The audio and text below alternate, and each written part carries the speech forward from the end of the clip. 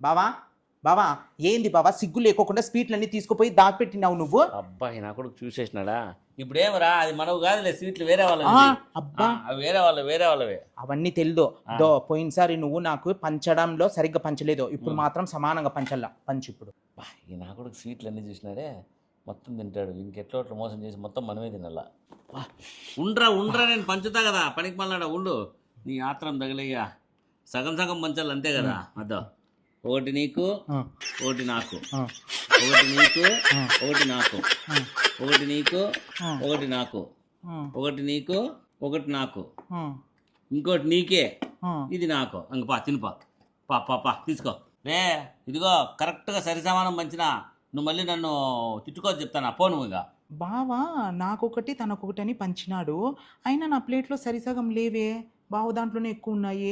బావా నువ్వేందో మోసం చేసినావు బావా, నాకు తెలుసు నువ్వేందో మోసం చేసినావు.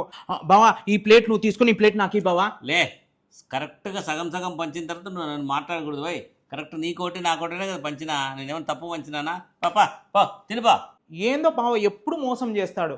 అయినా సచ్చినోడు పెళ్ళికి వచ్చిండేదే కట్నం అన్నట్లు ఉన్నీలే, ఈ స్వీట్ ఒకటి తిని కడుపు నింపుకుందాం ఈ రోజుకి.